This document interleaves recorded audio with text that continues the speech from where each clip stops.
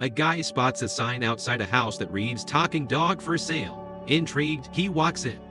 So what have you done with your life? He asks the dog.